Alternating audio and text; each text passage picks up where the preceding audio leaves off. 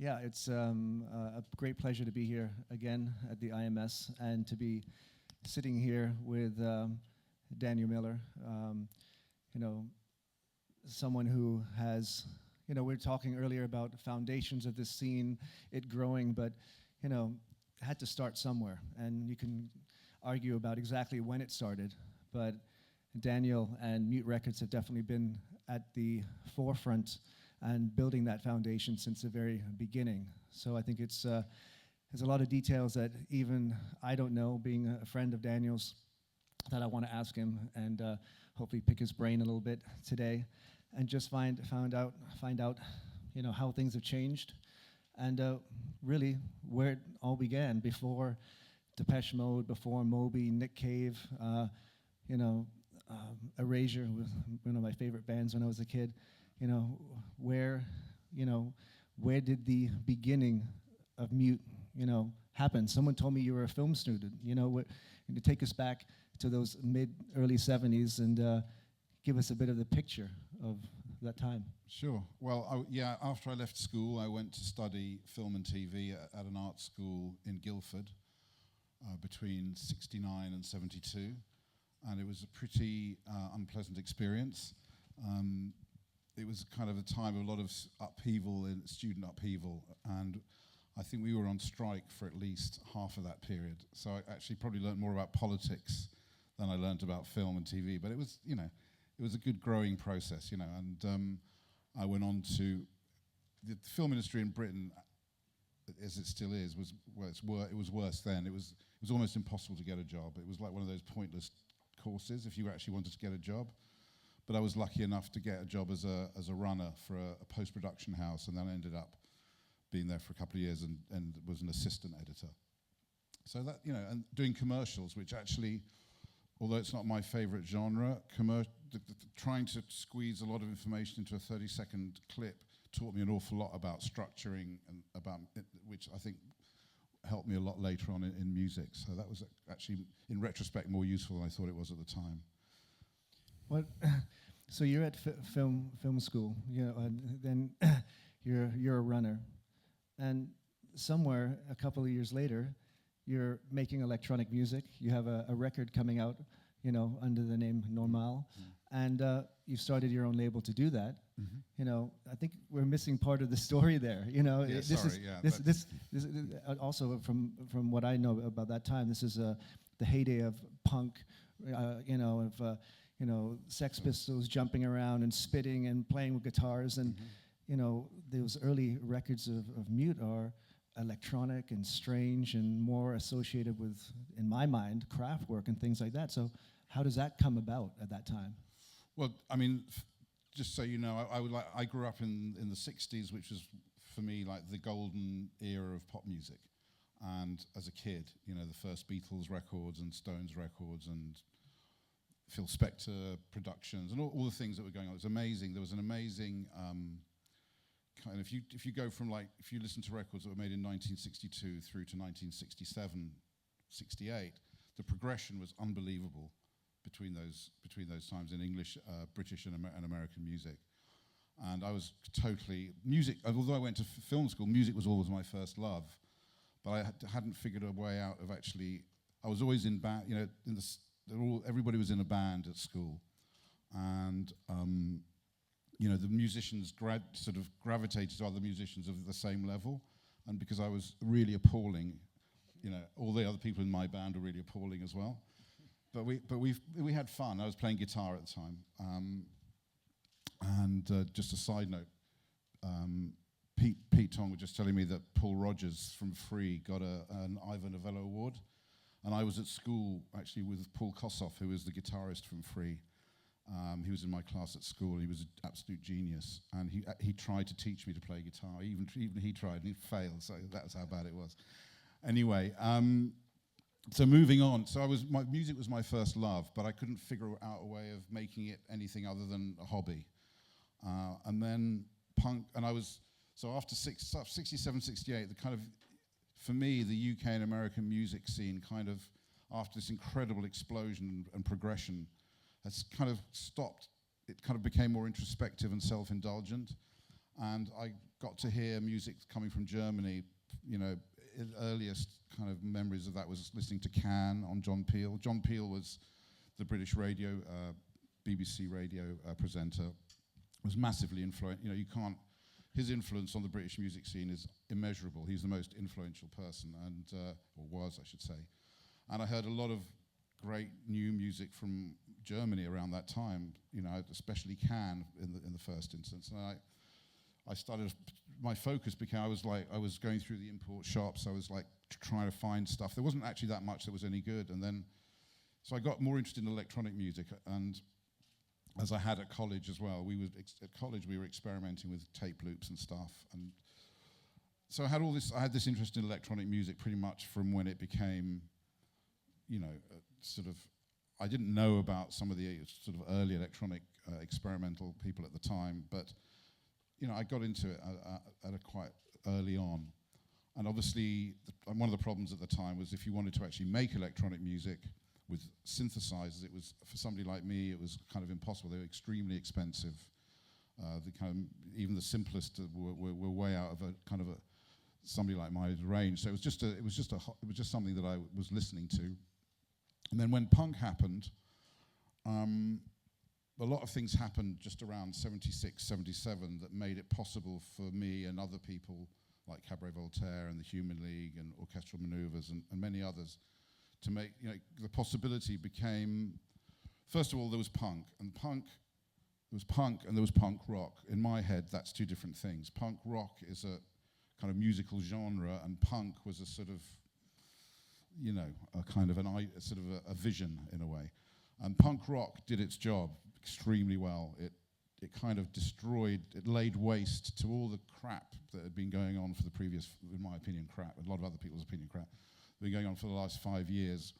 The punk rock as a musical form was good, but it was very much about the past as well. It was exciting and it was energetic, but it was about, still had a lot of reference to the past. And by sort of 77-ish, punk rock as a musical form was already fading. At the same time, the other thing that was important that happened then was that the first kind of accessible recording equipment and synthesizers came on the market. So around like 77, 78 was the first time that the cheaper Japanese synths that were being imported came onto the second-hand market, and that's the key moment, because that's when you could afford it. You probably still couldn't quite afford it when it was new, but when it was second-hand, you could afford it. And so I bought a second-hand Korg 700S and a little TIAC quarter-inch tape recorder. And because one of the things that happened out of punk was very much of a DIY, anything goes kind of attitude to making music and to releasing music. And there was a couple of very key. There's a group called the Desperate Bicycles who distributed them, who made their own records and distributed them by Bicycle. And they did a very important piece in the Melody Maker, I think, about basically it was like a little manual how to make a record, you know, how to get a record pressed. And so based on and there was a little network of things. Rough Trade shop was just starting up. You know, there's a Small Wonder was another important shop in London at that time. And so it became possible, the actual dream of making a record and putting it out became a reality, really.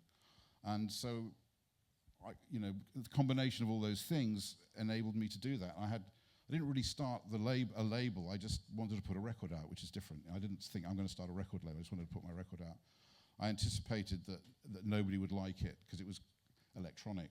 And I thought that electronic music, for me, in my head, electronic music actually was the real punk rock music, not punk rock, punk music, because there was this myth going around at the time of saying that all you need to do to be in a punk band is to learn 3 chords. And I thought that is far too many chords to learn. And why learn any chords at all, you know? And it seemed like a monophonic synthesizer was the ultimate tool to get your idea onto tape, I suppose. It's funny because when we started +8, my record company in 1990, there was a much more independent labels at that point than in the late 70s, but there was still no manual for us, and so we kind of looked at your label to figure out how to do it. You know, okay, well they make, there's an emphasis on the logo, and they have this design thing going through, and so that was very much our kind of encyclopedia of reference. So that was going to be one of my questions, like how did you to learn this? So this it was a piece just really in Melody Maker. That was your kind of like, light at the end of the tunnel to like go for it.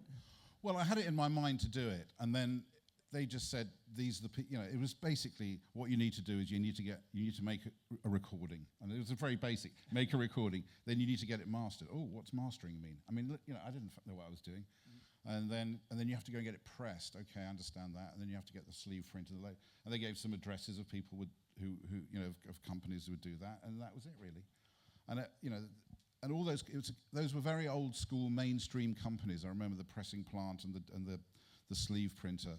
But they were all and I thought they would just look at me, because I was only making 500, I thought they would just look at me. And they were so helpful in those early days, people like Delga Press, who I think are still around, and all those people, they took it seriously, and it benefited them in the end, obviously, because a lot of these smaller labels, like Rough Trade and Factory, and all ended up using those kind of people, and it was a very good business. But they were very supportive in just helping and explaining how things were, So you have this, incoming or invention of cheap synthesizers is kind of also what we were talking about earlier today, technology getting cheaper, opening up a wider audience. You started, you've got a label now because you wanted to release this one piece that you've done. Where does the aspiration go to take it and make it become a label? Is it just, for us it was like, well, we've done number 1, let's do number 2, and then let's do 3, and then around 8 or 9 we're like, I guess it's a label. And then we started thinking about it. Well, we were serious, but then we took an even greater look at it. Was it, how were those first records coming? How were those connections made to the people who made those records, like DAF or Fad Gadget and other people? Well, I mean, one of the things that I did, which I didn't realize quite the consequences of, was I put my address on the back of the record. And so people thought I was a record label. So almost after day 1 of the record coming out, well, first of all, I was very lucky in that when I got my first test pressings, I went to the Rough Trade shop and a few other shops just to sell a few records, to see if they wanted to buy records. And Jeff Travis, who was and Richard Scott, who were running the shop and the nascent Rough Trade distribution, were there, and they liked it, and they said, we'd like to distribute it for you. So that was a major step forward for me, and they told me to press 2,000, not 500. So, and it was quite well received, so that was nice. And I started getting demos almost immediately, which was kind of, I thought, I didn't really understand what was happening.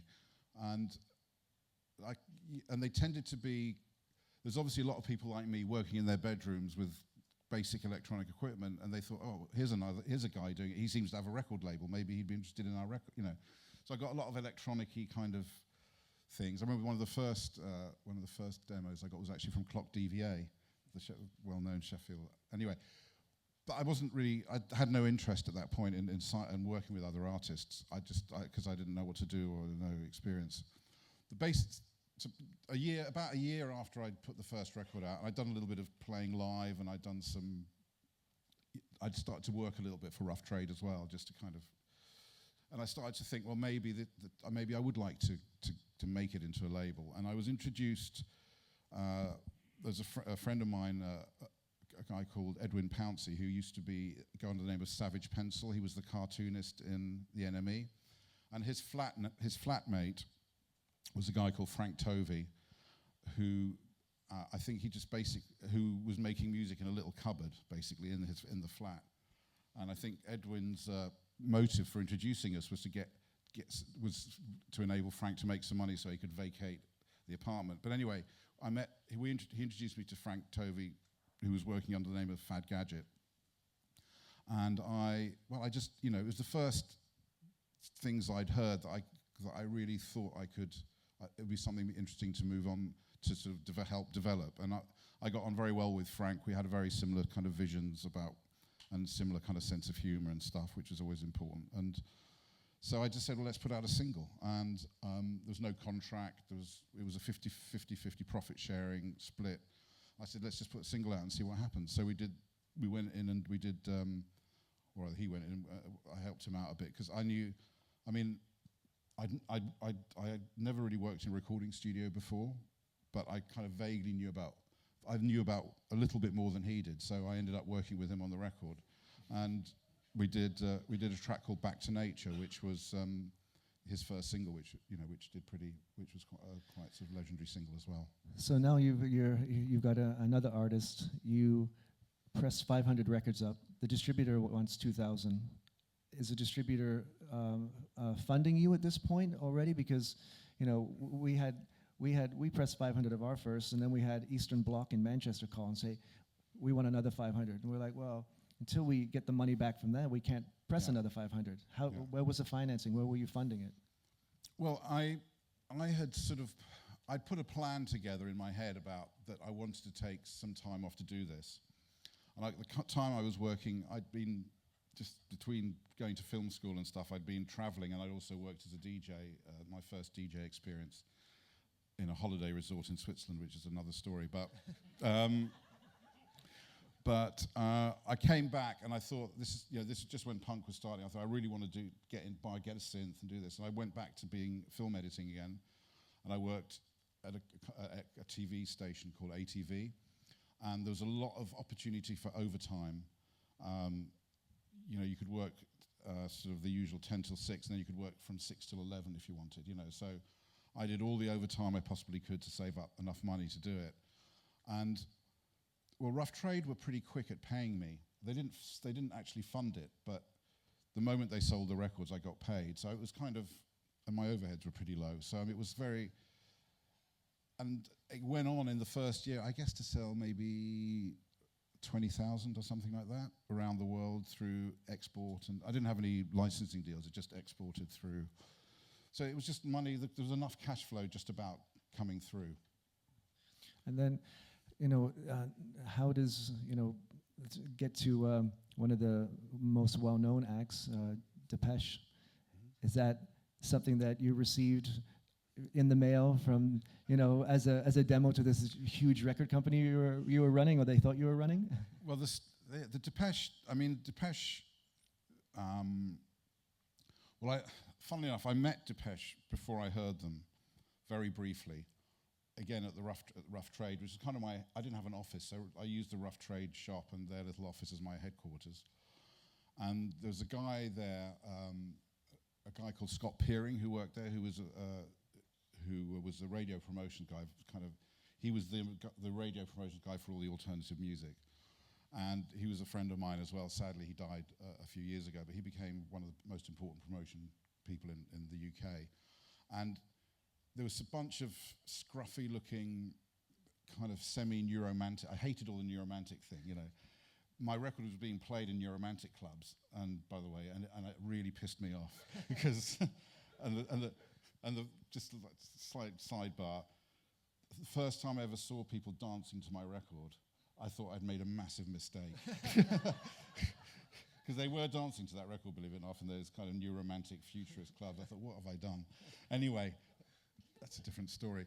So I saw these scruffy kind of neuromantic guys, and Scott said to me, "Oh, you might be interested in these guys." And I was like, I don't know, I was attending to some other problem at the time. And I just said, "Oh, well, whatever," and left.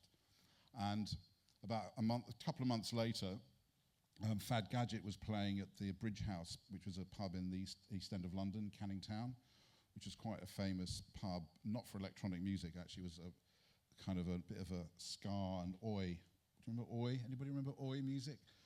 Yeah, exactly. Kind of very kind of right-wing punk music, basically. Anyway, they played there. Fad Gadget was asked to play there, and this scruffy group of people who I hadn't remembered were supporting. And I thought, normally I would have gone off to the pub after Frank's sound check with the band, but for whatever reason I didn't. I thought, I'll just stay and have a look at this band and see what they're like. And it was like three guys each with like the cheapest synth they could buy, teetering on beer crates, and one guy with a little Roland Boss drum machine and one light that kind of shone up on him. And what I saw was what I kind of, in my imagination, would happen, which is the basic that kids, they were almost the next generation. I mean, they were the first generation of the sort of new electronic music, people like me and Throbbing Gristle and Human League and OMD and all those guys. We're all in our kind of mid-20s or something by the time we were early to mid-20s by when we started making music. And I thought, well, at some point, because the way of the economical situation of cheaper synthesizers, up to that point, really, if you were a kid and you wanted to play an instrument, you wanted to be in a band, you really had the choice of playing guitar, bass, or drums, or be the singer.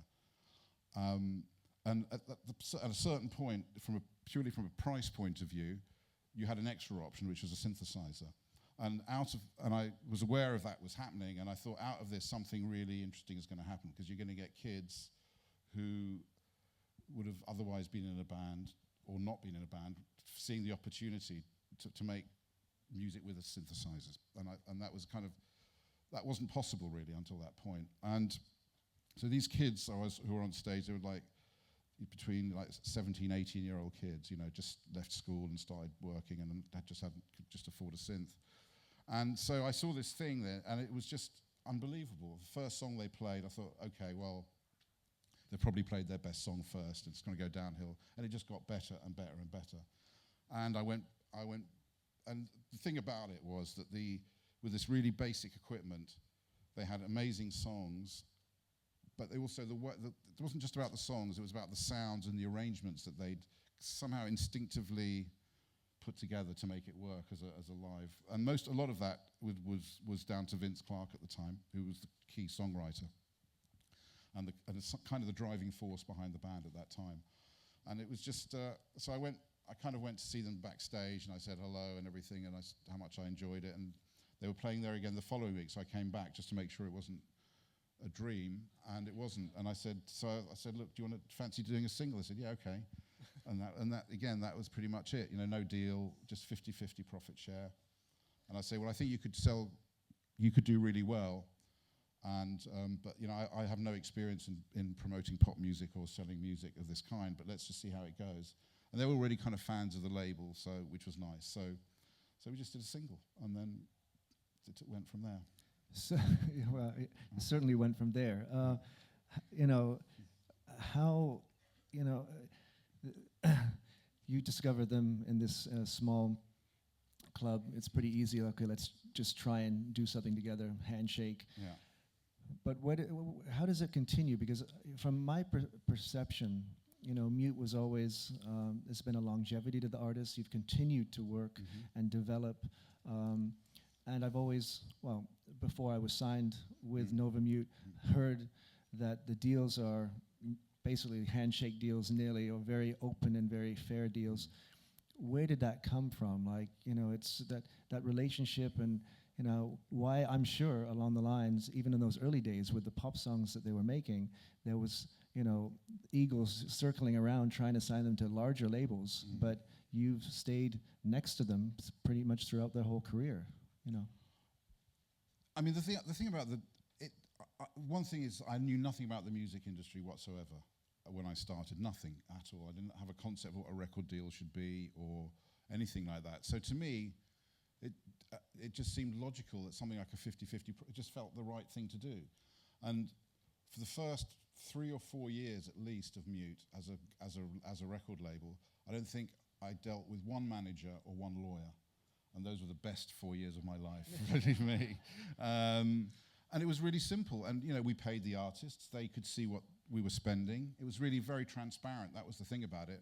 I mean, it wasn't my invention, the 50-50 thing. I think Rough Trade Records used it, and a few other people. The idea was to bring again, it was a sort of post-punk kind of thing, was to bring the artist closer to the process of their putting out their records. So they weren't just these people, okay, you go over and make your record, you do the tour, you do the promotion, we'll do the rest, don't worry about that. It was more bringing them into the process of the whole financial structure and strategic structure of the release. And while there were no managers or lawyers about, it worked really, really well. And I mean, some of the artists who we started working with through that period are still basically on that deal. Erasure is still on that deal, no contract, 50-50 profit share deal. Nick Cave, the same. Depeche were on it for years, 15 years or something, but then for sort of technical reasons, whatever, internal reasons, we had to do a contract. But wasn't because there was no. The only reason was for legal reasons they had to have a contract. So I mean, I think if you just work together, and it's always been, I don't care if I've got an artist who's contracted to me, if it's not working, however successful, I think you've got to, you've run a label. If you're not getting on with your artists, I mean, you're going to have your ups and downs, but in general, if you're not getting on with your artist, or you're both really unhappy with the relationship, it's never going to work. So you might as well call it a halt anyway. And if it is working, well, why change it? So it's just logic, really.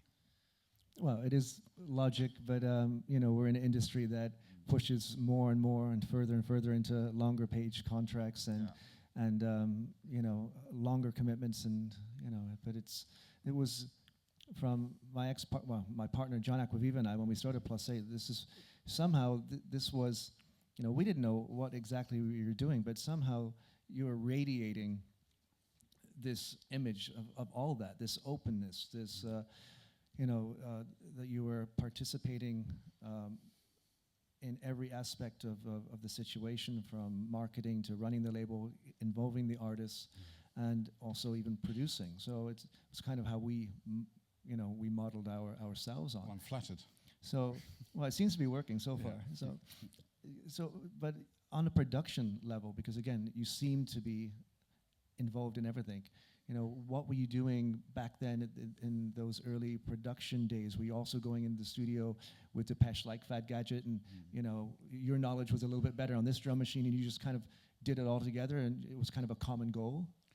I think everybody was nervous about record producers at that time, because we were working in a way that was very unconventional, and and I'm sure there were record producers out there who would have embraced that, but we were just very nervous. We were trying to make something completely new and work in a completely new way. So we thought that involving outside record producers would somehow dilute that. And as I saying before, by the time Depeche came along, I'd had even more tiny experience in the studio. So I didn't think of myself as a producer really. I just went in and helped them out, and we'd even like the term producer. So initially that wasn't on any of our records, so I just helped him out, and it was like, with Depeche, Vince, in those early days, the song was well formed by the time they came into the studio. The arrangements, he had a very clear idea of how he wanted it. He had amazing vision. And what he wasn't that kind of clued up on at the time was the more of the technological side and what was possible with the synthesizers. So I think that was what my input was. I had a couple of synths only a couple of synths at the time, but it was a bit more than he had, and I was already working on how to make kind of better, because one of the bit of the holy grail at that time was drum sounds, because it was before the Limb drum, it was even before the 808, I think, and so the drum machines were very basic and not that amazing, and they usually just had one output. I had a really good one actually. We only had one output, but you could mix the sounds in between. So some of the early hi-hat patterns come from that drum machine. But so we were using synthesizers to make drum sounds, which I'd done from the very beginning, and just to think little things like that were things that I could help them with, and how to the concept of a sequencer, because they'd never used a sequencer; they'd always been hand played, and that was part of their character as well. So it's quite important they still did a lot of hand playing, but there were certain things that you could use little ARP analog sequencer for. And Depeche, and later on, even people like, of course, Erasure and Nitzareb. I was listening to a lot of this, and I didn't actually take it as being pop music. I thought like I was the weirdest alternative kid in the block. And then later on, I look back and I was like, man, there are so many hooks, and it's catchy, and it's especially like later on with Erasure, it was incredibly pop orientated. Is that something you kind of developed into with the artist? Was it just a knack that this connection between you made happen, or was it something you were really searching for or even pushing at some points? Well, the pop aspect of their music was inherent to what they were doing. There was no sense of trying to make it more poppy. We just wanted to make it, in some ways, the strength of what we were doing, the strength of the songs and the arrangements enabled us to be less poppy in a way in terms of the production. And I think this is one of the things that's the most interesting, I've found most interesting with people like, especially with Depeche, is that if you have a fantastic song, you can push the production into very strange places and still have a pop record. I think that's why, for me, everything sounded, alternative and in a way hard or harshly EQ'd. Yeah. But that was that balance between, I guess, what you're talking about. Yeah, and that's what we aimed for. We really tried to. I worked on 5 albums in the studio with Depeche, and as a collaborator, really, or co-produce, whatever you want to call it. And our goals throughout that was to always use new sounds, never to repeat ourselves. I had a few rules at Mute, with people doing electronic music. It's like no presets. That was the worst thing that happened to electronic music, when you could start remembering sounds. That's like the most soul-destroying thing you can do in a studio, is like go through endless presets, and you end up going fucking crazy. Sample drums, even worse. Don't use them. Make your own sounds, please. But no presets, no polyphonic synths. That was basically the rule for the first 3 or 4 years at Mute. And so within those parameters, it helped us move forward, because we could never fall back on old sounds that we'd used. We could never fall back on a preset. We always had every sound that was there was created from scratch, whether it was a sample or whether it was, an analog sound or whatever. And I think that if you're going to, you may not end up sounding as good as some other productions, but it'll be your own sound, and that was the most important thing. That those records don't sound like anybody else's records, and that was something we were very conscious of at the time. We didn't want to, there were other records that sounded technically better. I guess some of the Human League stuff, or even the early Frankie Goes to Hollywood. Even then, they sounded big and massive, and they had their own sound, and that's good. But we wanted to make our own sound, and that was a very important part of how we move forward. Okay, so I know you're a total gearhead. You've got these rules of not repeating yourself, not using presets. So, what are you playing with right now? I'm sure there's producers out there listening. If you had to recommend, you're saying make drum sounds, don't use a sampler. What synthesizer? If you had to use a plugin right now, what would you use as your foundation to make the next generation electronic Mute sounds? There's so many different possibilities now. That's the amazing thing. It could be a software thing, or it could be a hardware. I'm very into.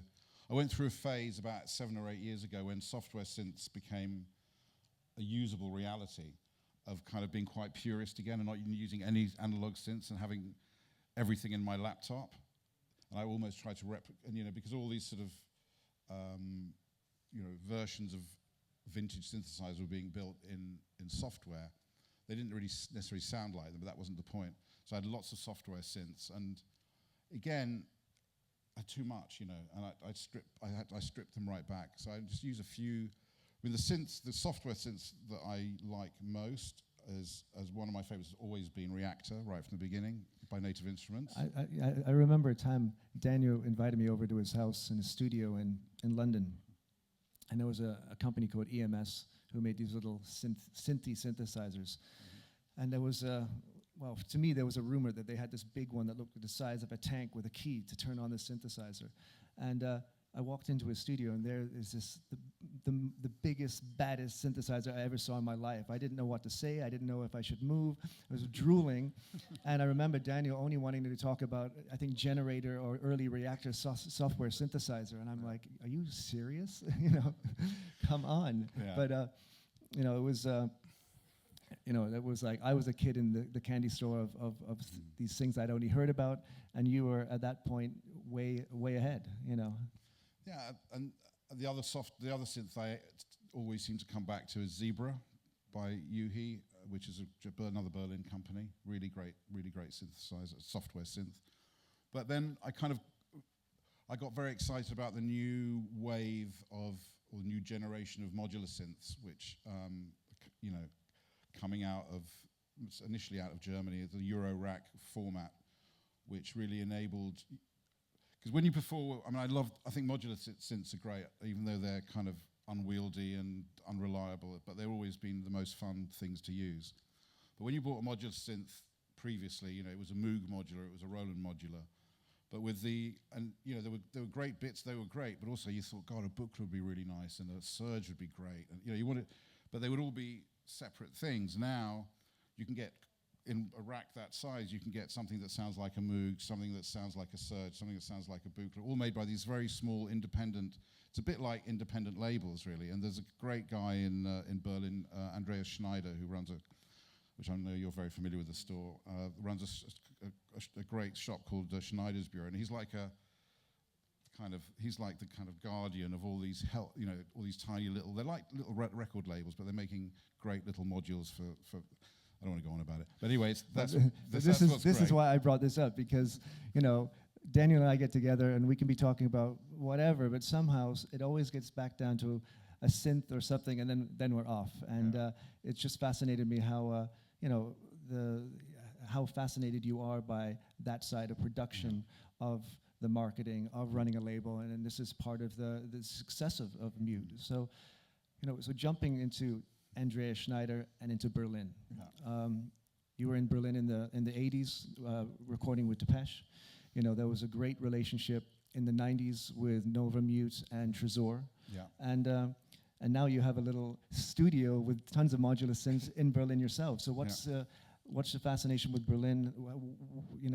How have you seen its historical importance, and where do you see its futuristic importance? Well, Berlin, before the wall came down, was a very particular kind of place. There were lots of things that made it special, apart from the fact that it was a bit of Western Europe right in the middle of East, in the communist bloc. Because basically very few Germans really wanted to live in Berlin at that time, and it was a major West European city and kind of the showpiece to the East. They gave a lot of incentives to companies to start there, because they wanted to bring companies back to Berlin. It was pretty much a wasteland, really.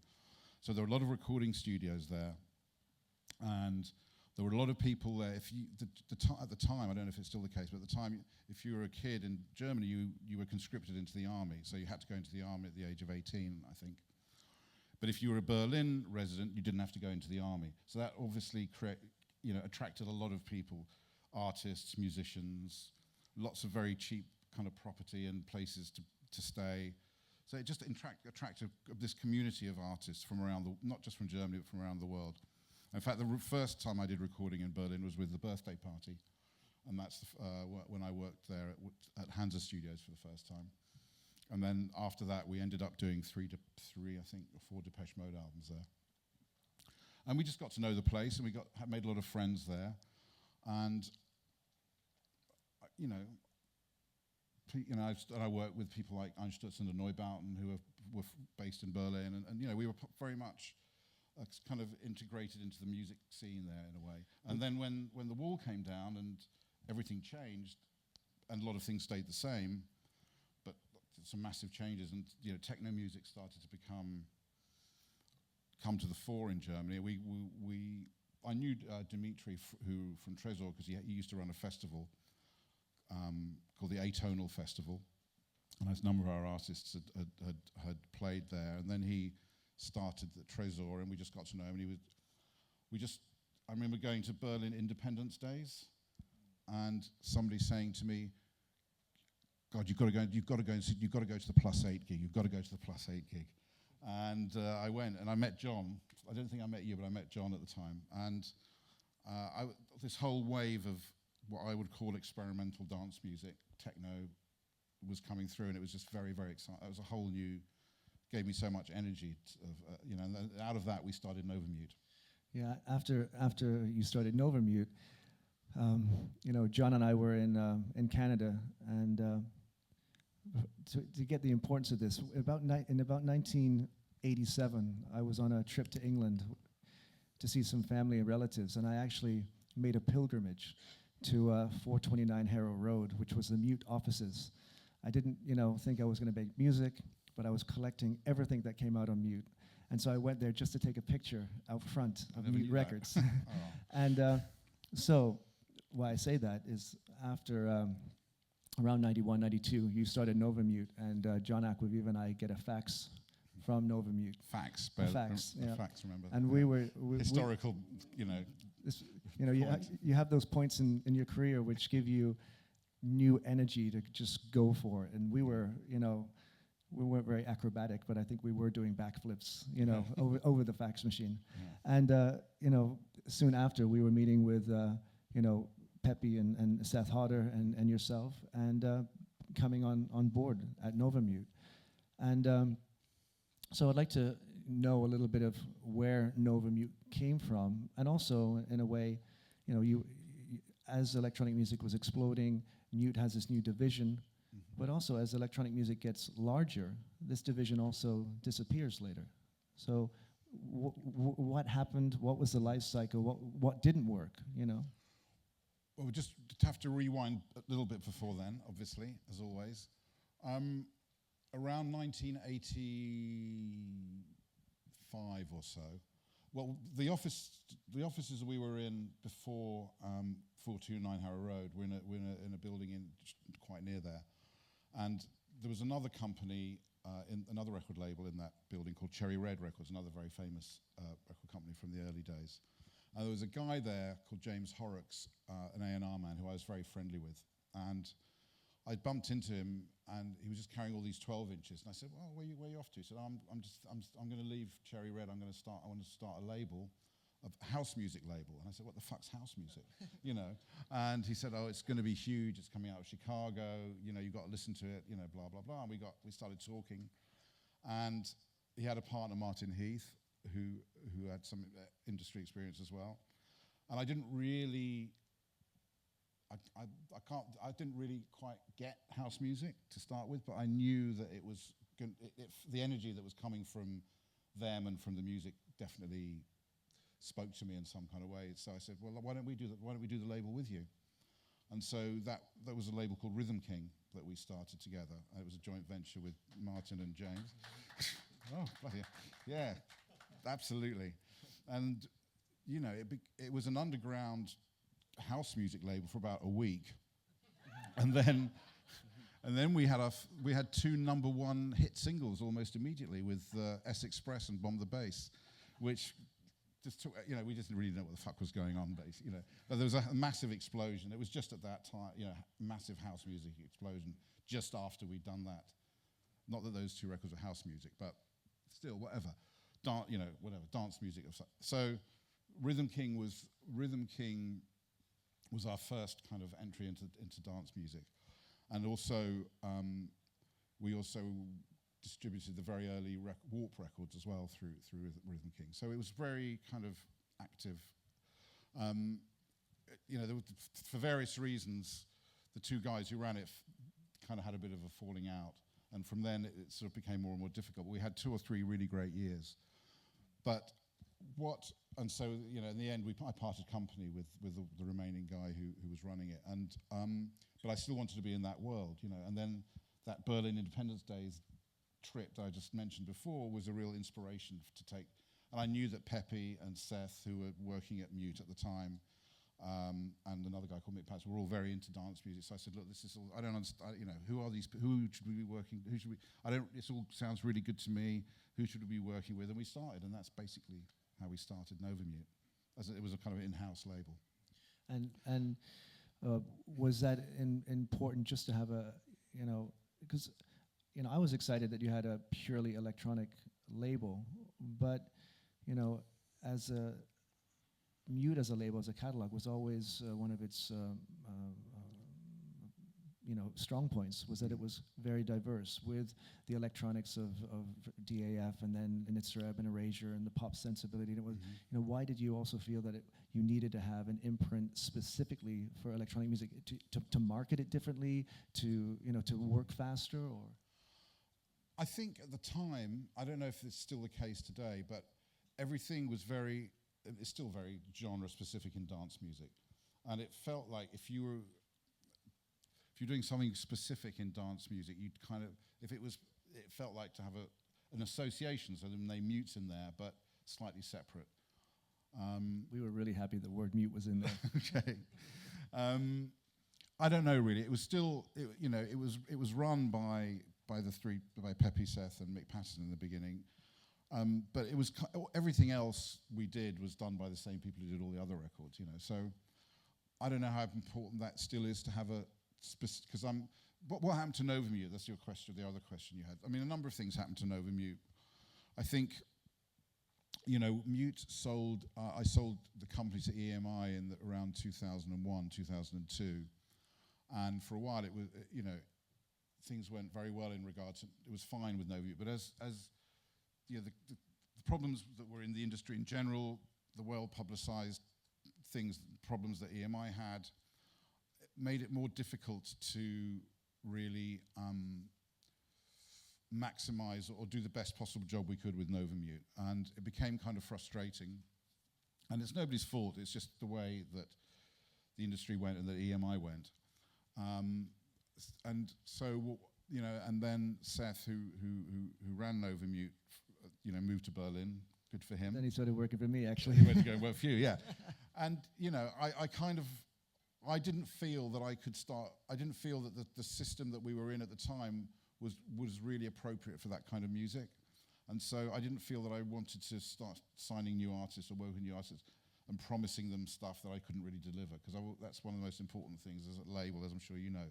You've got, if you want to maintain a relationship with artists, never promise something that you can't deliver. I mean, it may not happen, but it's, you know, if you know in your heart you can't deliver it at the beginning, it's never going to happen. So it kind of went on hold, you know. But now we're independent again. I'm really keen to start it up again, either as Novamute or as something else, but to be in that world much more.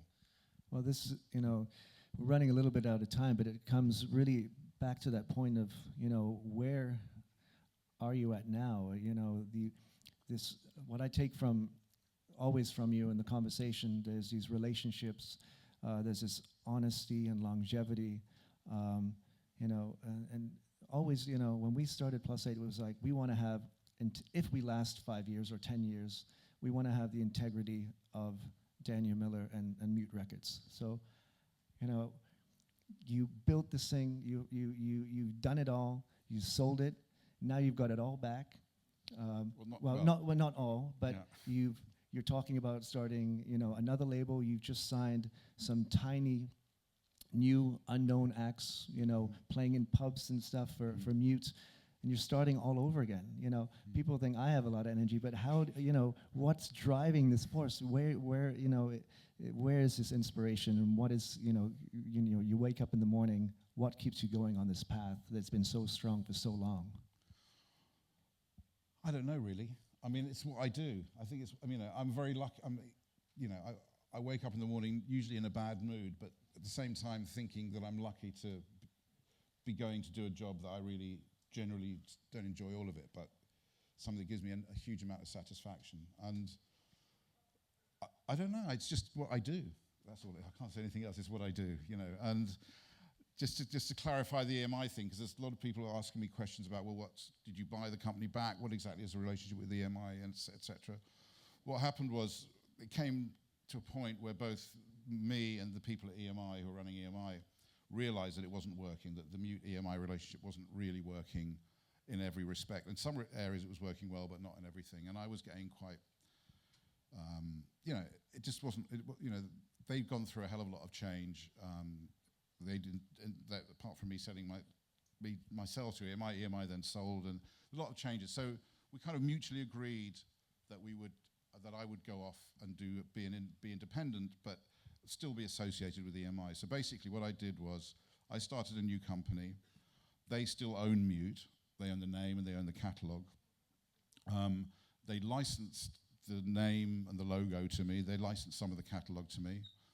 Some of the artists are still under contract to EMI, and I'm still working with those artists as a consultant to EMI. And we're still distributed by EMI in the UK and the US, and as part of that kind of exchange. So they still own Mute, you know, but we have full use of the name and some of the catalog, and a lot of the artists came over to the new label, and we signed some really great new artists too. Well, you know, your answer of, I just do what I do, it feels right. I think everyone in this room, whether they know all of the history or not, appreciates everything you've done. And just keep doing it, and we look forward to the next release, the next idea, and you continuing this push in electronic music. Thank you very much. Well, thank you. Thanks very much. And it's really great to be. I just want to say a few words. Rich is probably the most innovative person in electronic music, and M-nus as a label is definitely the most innovative label I've ever been. Not associated, but known in his constantly driving forward, using technology, and it's just great to know you and to be interviewed by you, and I appreciate it very much. We had a great handbook. So thank you very much.